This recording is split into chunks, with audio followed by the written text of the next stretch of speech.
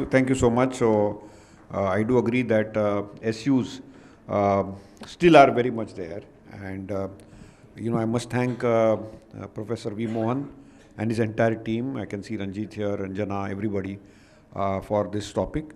SUs are still not out. This conflict of interest for this talk is very much put up here. It's a USV talk. My other disclosures are very much here as mandated. So I want to have a quick show of hands in this room that which of these therapies do you most often choose your patients if the A1C is not on goal with metformin? How many of you all will use a metformin DPP4?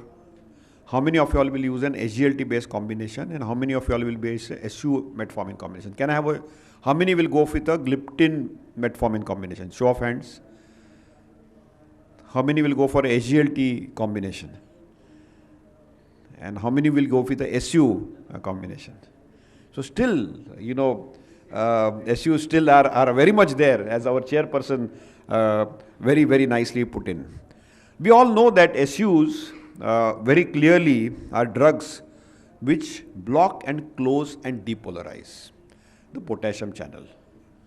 Like calcium channel blockers got very popular in the hypertension space. But potassium channel modulators never got popular, and we nicknamed as sulfur-like compounds because in World War this were discovered, and the World War II soldiers had hypoglycemia, so that is how they discovered by serendipity sulfonylamides, and from there they derived sulfonylureas, and then there was neither the urea nor the sulfur. Okay, they are actually potassium channel modulators. They block, close, and depolarize, and they also depolarization will open the calcium channel. And that fundamentally will upregulate the GLUT2, and that will fundamentally cause exocytosis and the secretagogue action. So they could have been called secretagogues, they could have been called potassium channel modulators or depolarizers, they could have called calcium modulators. And clearly the new generation, if you look at the R and the R1 on the moiety of the sulfonylurea core, there are activity enhancing substituents.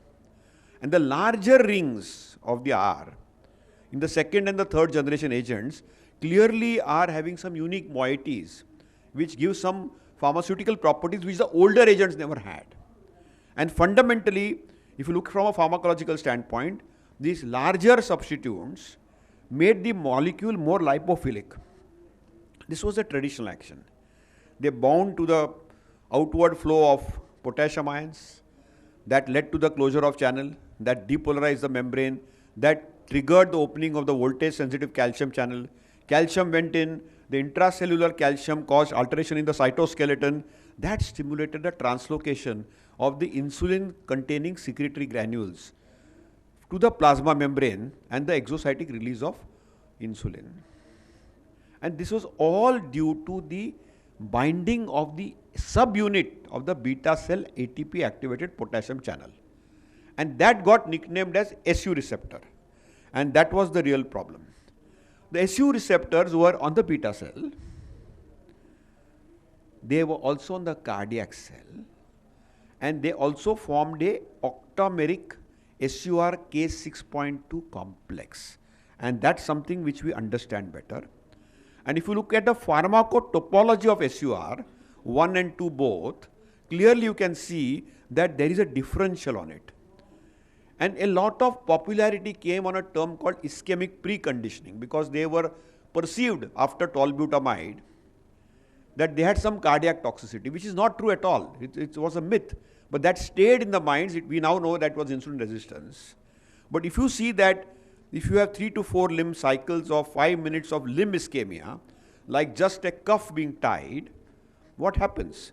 There is a systemic release of circulating conditioned substances which will basically trigger cellular signaling, close the MPPT, and reduce and cause an anti-inflammatory and an endothelial modulating function and a platelet activation. So they can be actually protective. And this fact, glimepiride was highlighted very well in this entire territory of ischemic preconditioning. And therefore the myth to fact is that on the beta cell, membrane depolarization and calcium channel opening causes insulin release and secretagogue action. On the cardiomyocyte, the membrane hyperpolarization and the calcium efflux modulates ATP utilization and action potential duration, and on the endothelium, the closure of ATP fundamentally causes smooth muscle relaxation and vasodilation. So therefore, even in 2025 in the ADA, and Amit represents ADA here in a big way as far as India is concerned, and globally, very clearly we can recognize that SUs are still there when cost is an issue. And even if you go to United States, it is the most commonly prescribed agents even in the US, because most US population doesn't have reimbursement. And they still use older sulfonylureas there. So that's something which we need to recognize. Professor Venkat Narayan, who gave a very big oration, always said that we are thin fat Indians and we need to be treated differently. We are winning the battle and losing the war. And Asian Indians are a grossly understood phenotype of type 2B, that is poor insulin secretion. Our problem is in the secretagogue capacity of our beta cells. So that's something we need to recognize. We also have very good data, okay, across India, that most of Indian prevalence of diabetes is exploding, most of it is undiagnosed, and our glycemic control is very poor. 70% of it is less than 6%.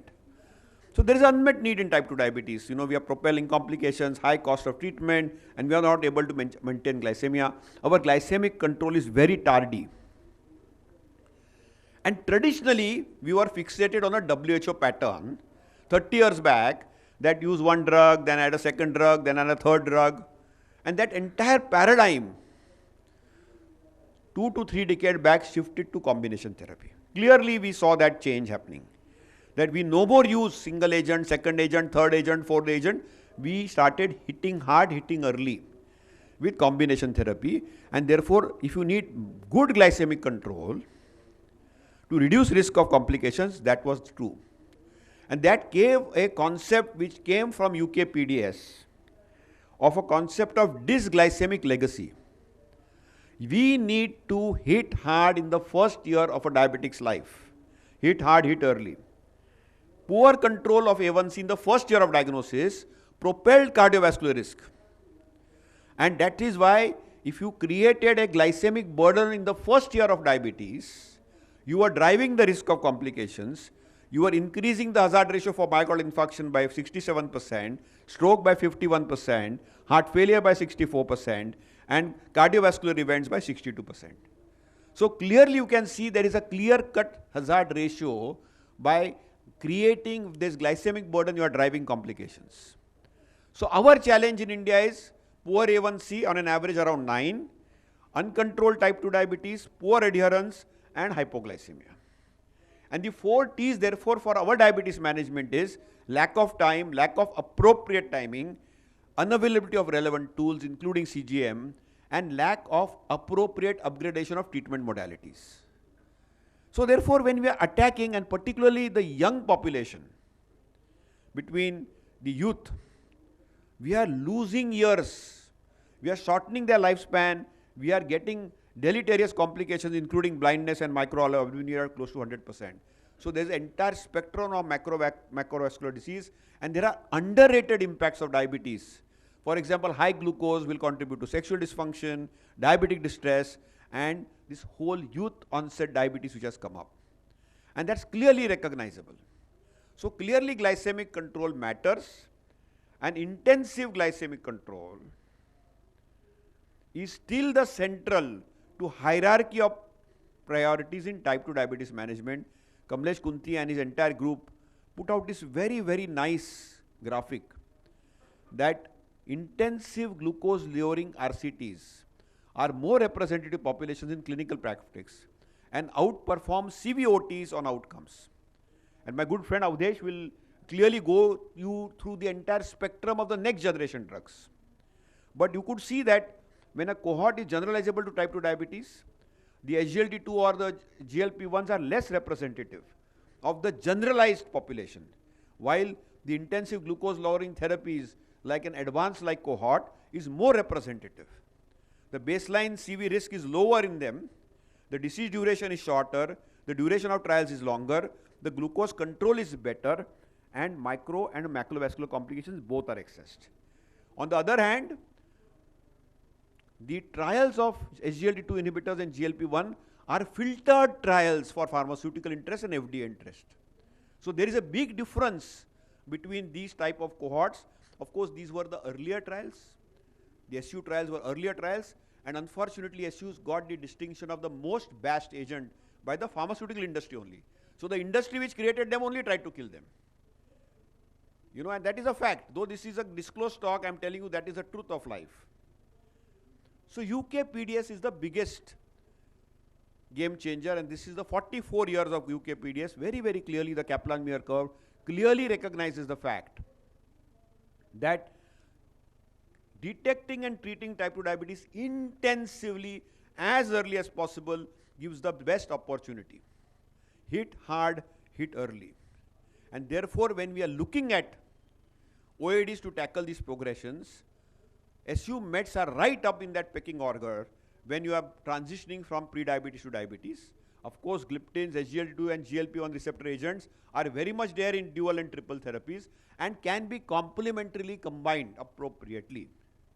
And I'm sure the SGLT bit Avdesh will talk about and others will be discussed across this meeting. As our chairperson, Dr. Madhavan, very rightly said, 1942, the SU effect was discovered just pre-war. They were launched in 1956 after a decade of the war.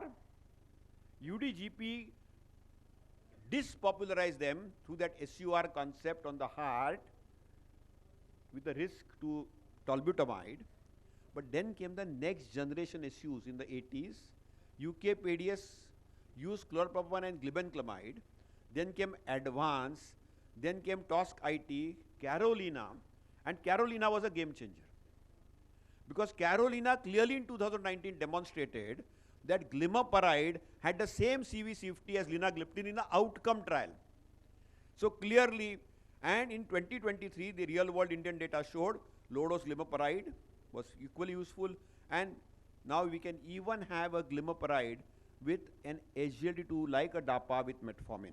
So clearly that is there. So clearly these agents are potent. They drop the A1C by 1.5 to 2%. Rapid control, synergistic with a metformin, SGLT2 or a gliptin or insulin, and durable real world outcomes with more than 20-30 years of experiences.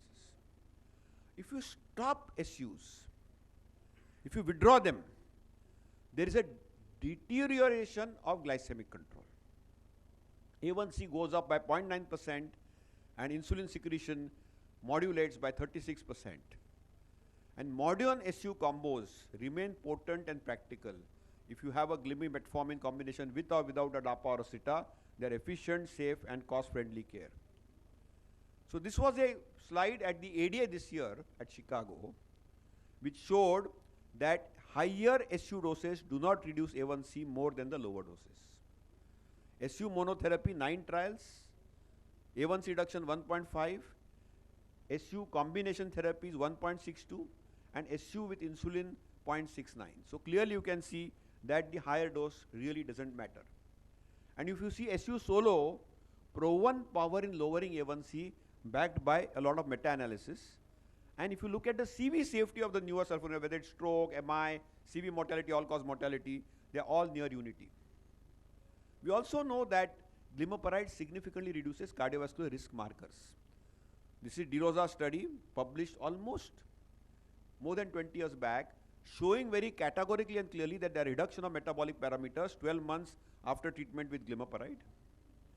It decreased the all-cause mortality, and clearly you could see this is a Korean database. But SU still have challenges because there are vulnerable populations at hypoglycemia risk. Shorter versus longer duration, active versus inactive metabolites, drug-to-drug interactions mainly with antimicrobials like sulfametazole, trimethoprim, ciprofloxacin, levofloxacin, metronidazole and clarithromycin, and higher and lower dose. So benefits, clearly excellent efficacy and improved glycemia, reduction of micro and macrovascular complications, reduction of all-cause mortality, lower treatment burden, inexpensive. Risks, weight gain, hypoglycemia. So they are effective and safe, but clearly I must also honestly confess, though this is a SU talk, that they lack off-target benefits, which my friend Avdesh will allude to, like on CV or CHF or kidney or the liver. So in absence of off-target effects, these are potent, effective and safe agents. So that is very clear cut. So let's be very clear. What are facts and we should recognize them very clearly. So clearly SU-back combinations are still relevant. There is extraordinary Indian data, and you can see people like Rakesh and many others, Parmesh, have published a lot of data to suggest that many of these combinations like glimepiride, metformin and dapagliflozin can be efficiently used, and some real world data does exist. Their combinations consistently give A1C reduction across single therapy, dual therapy and triple therapy regimens. The low dose regimens have lower hypoglycemia risk, and trials like the head-to-head trial with linagliptin showed us that very clearly. Dose makes a difference. It's still, in the modern era, including ADA, a preferred sulfonylurea. It is once a day, weight neutral, cost effective, well tolerated. And it's it can be combined even with a sensitizer. A lot of universally available combinations are available. You can combine them with metformin, gliptin, SGLT2 and glitazone and even insulin. But the proven energy is still with SU metformin, because it's a secretagogue and sensitivity function. You can pair it with a SGLT2 inhibitor or a GLP-1 receptor agent. They are safe and rational. So there is evidence on the combination therapy also. This is an evidence of a glimepiride monotherapy. This is a dual therapy with glimepiride metformin. Again, some evidence base. And this is evidence of glimepiride metformin voglibose. This is a fixed dose combination of DAPA, glimepiride and metformin. It's a Indian data published by Rakesh. This is evidence on FDC tablets of sitagliptin, metformin and glimepiride. Again, that's something which we recognize, and that data is available. So clearly, you have to match the profile of the patient. Care of diabetes is all very individualized. In most newly diagnosed patients, in the first decade and the first year, hit hard, hit early, SU-Met can do that job. It's simple. If there are no major comorbidities and risk factors, it's potent and cost effective.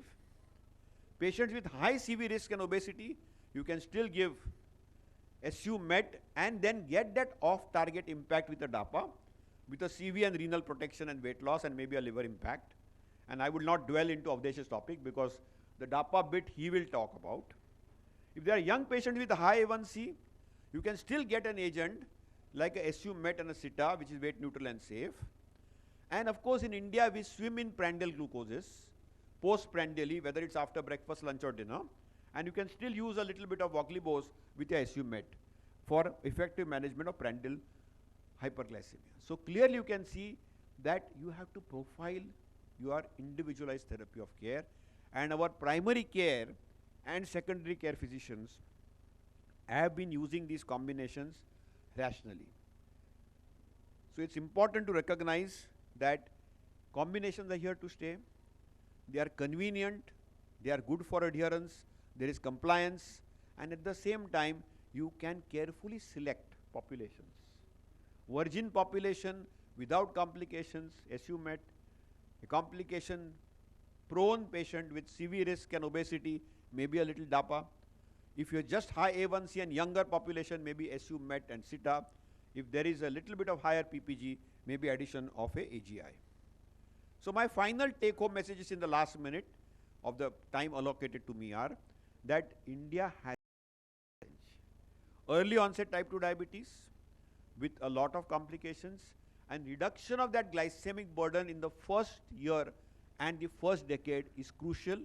So we need potent, affordable solutions. Glycemic control matters. Very good, excellent real-world evidence in this space. The modern sulfonylureas like glimepiride offer a very strong A1C reduction of 1.5 to 2%, rapid action, proven synergy with metformin, gliptin or SGLT2. The low dose matters with high safety and adherence with minimal hypoglycemia and weight gain, even in elderly or high-risk patients. A triple drug like SU, like glimepiride, metformin and DAPA or SITA outperforms dual therapy in efficacy and safety, and a lot of Indian real-world data supports the theme. Thank you so much for a patient hearing.